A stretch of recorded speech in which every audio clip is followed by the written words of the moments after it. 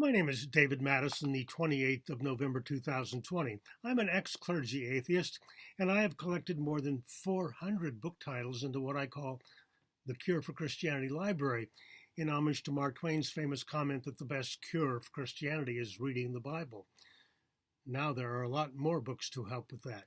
Most of these titles have been published since the year 2000, and these books explain in detail the falsification of theism, Christianity especially. Please tell your Christian friends they have a lot of homework to do.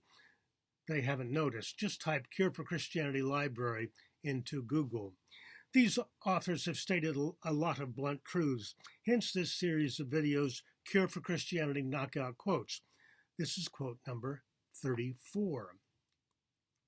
One of the most important of the 400 plus books that I just mentioned was written by John Wathy, titled The Illusion of God's Presence, The Biological Origins of Spiritual Longing.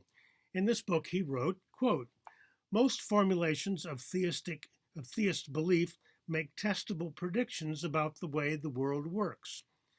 Intelligent design in nature, the unfolding of a meaningful divine plan, the power of prayer, and these predictions fail when rigorously tested.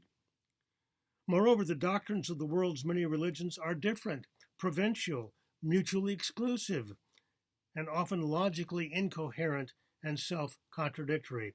To some of us, religions obviously look like the work of fallible humans, not divine revelation." Unquote.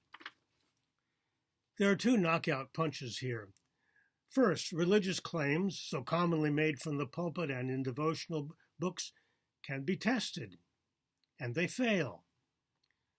So much has been written now about the illusion of intelligent design in nature.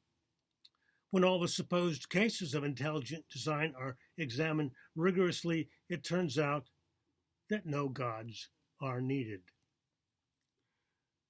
When we look at world history without religious bias, it's hard to sustain belief in a divine plan unfolding. So many wars, plagues, genetic diseases, suffering of all kinds, natural disasters, and by the way, animal suffering too. It sure looks like nobody is in charge. God is planning things? Really? And when prayer has been put to the test, controlled studies of sick people being prayed for, well, the results don't support the belief. But of course, the devout people count the hits and not the misses. They ignore the unanswered prayers. When their prayers don't work, it's because God works in mysterious ways. Sure. No, God isn't working at all. John Wathy's second knockout punch. The world's religions, hundreds of them, believe such wildly different things about gods. Just in Western monotheism alone, think of all the conflicts and disagreements, the wars and persecutions over belief.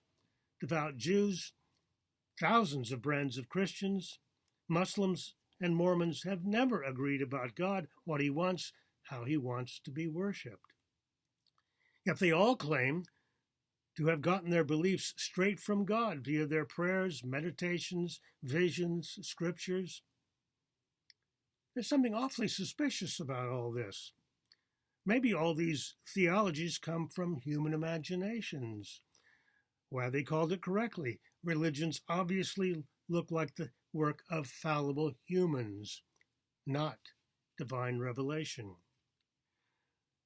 John Wathy's knockout quote challenges Christians to look at the big picture and the mess religions have created and see that there is, in fact, no trace of God anywhere. But there is, however, the illusion of God's presence.